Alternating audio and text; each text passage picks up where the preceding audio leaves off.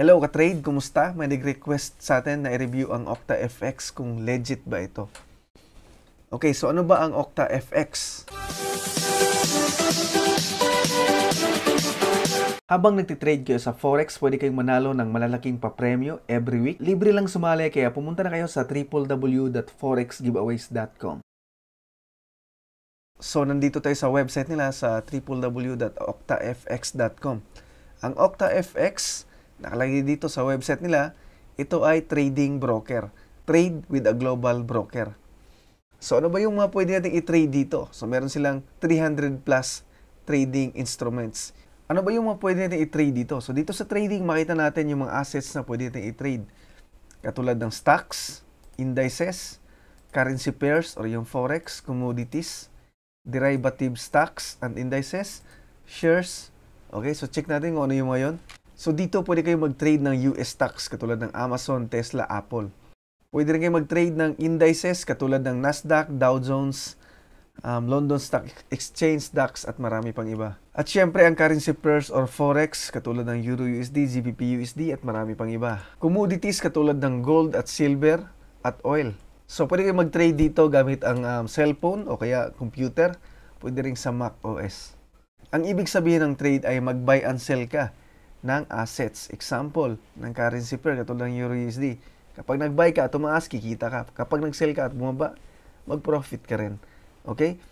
Pero ang tanong, legit ba ang OctaFX? At paano natin malaman kung legit ang OctaFX? So, sinearch natin sa Google, lumabas dito ng ang OctaFX ay regulated sa Cyprus. Yung Cyprus ay matatagpuan sa Europe by the Securities and Exchange Commission or yung SySEC. At ng South Africa by the Financial Sector Conduct Authority or FSCA. So, merong dalawang license at regulation ang OctaFX. So, masasabi natin na legit yung trading platform or trading broker kapag meron siyang license at regulated siya. So, dapat i-check natin kung legit or totoo yung license nila. So, punta tayo sa SySEC na website at i-check natin doon ang OctaFX. Okay, so nandito tayo sa website ng Cyprus Securities Exchange and Commission para i-search natin dito ang OctaFX. Para ma-check natin kung meron ba silang license dito. Kasi yun yung nakalagay sa Google. Enter natin. Ang SySEC ay isa sa forex market regulators. Sila yung nagbibigay ng license at nagre-regulate sa mga forex trading broker. So kung dito sa atin sa Pilipinas, sila yung Securities Exchange Commission. So ito ang list ng top tier forex market regulators. So dapat yung forex trading broker mo ay regulated kahit isa sa mga ito para masabi natin na legit sila. Kasi kapag hindi regulated ang isang forex trading broker, kolorum sila, so maaring scam sila. Hindi mo na ma-withdraw yung deposit mo o kaya yung mga trades mo ay minamanipulate nila para ma-loss. So makita natin, search results, no documents found. So try natin mag-search ng iba. So try natin mag-search ng ibang broker na legit. Try natin ang Tickmill. So makita natin yung Tickmill Europe Ltd lumabas dito. So check natin yung license nila.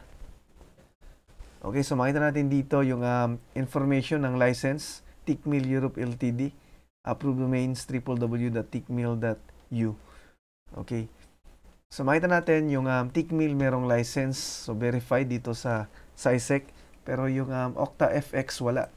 So try natin i-search Octa. So meron tayong nakita dito, Octa Markets Cyprus Ltd, so check natin. Okay, so makita natin dito yung name ng company, Octa Markets Cyprus Ltd. At ito naman yung mga approved domains, octabroker.eu, octatradeu, octa.broker, octa.markets, www.octau.net, octau.org, octau.com. So makita natin walang OctaFX. Okay?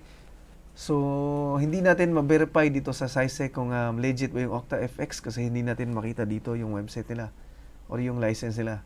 So dito naman sa pangalawang license nila sa FSCA, check natin OctaFX at click natin yung search. So wala rin siyang lumabas, nothing here matches your search. So wala tayong makitang license dito ng octafx.com.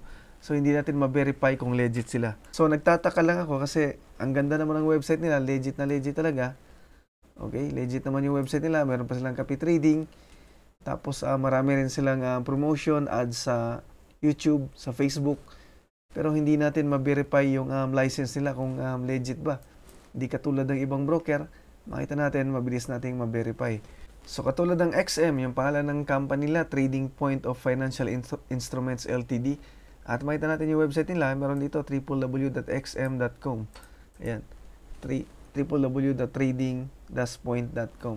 So makita natin, registered sila, na-verify natin. Try natin ibang broker, IC Markets. Okay, so search natin. So makita natin, meron din dito IC Markets, merong record dito, merong license dito. So sa OctaFX, meron dito Octa Markets, pero wala man dito nakalagay na OctaFX na website. Ito lang kasi yung approved domains na nakalagay. So ito lang yung aprobado ng license na ito. So wala dito ang OctaFX. So hindi natin sila ma-verify. So yung review ko, hindi ko sure kasi parang legit sila. Maganda yung website, maganda yung platform.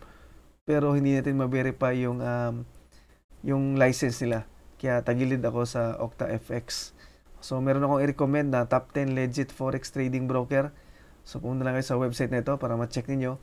I-check nyo isa-isa yan. Lahat yan ay legit. So licensed and regulated. So yun lang ka-trade para sa video nito. Maraming salamat sa panonood.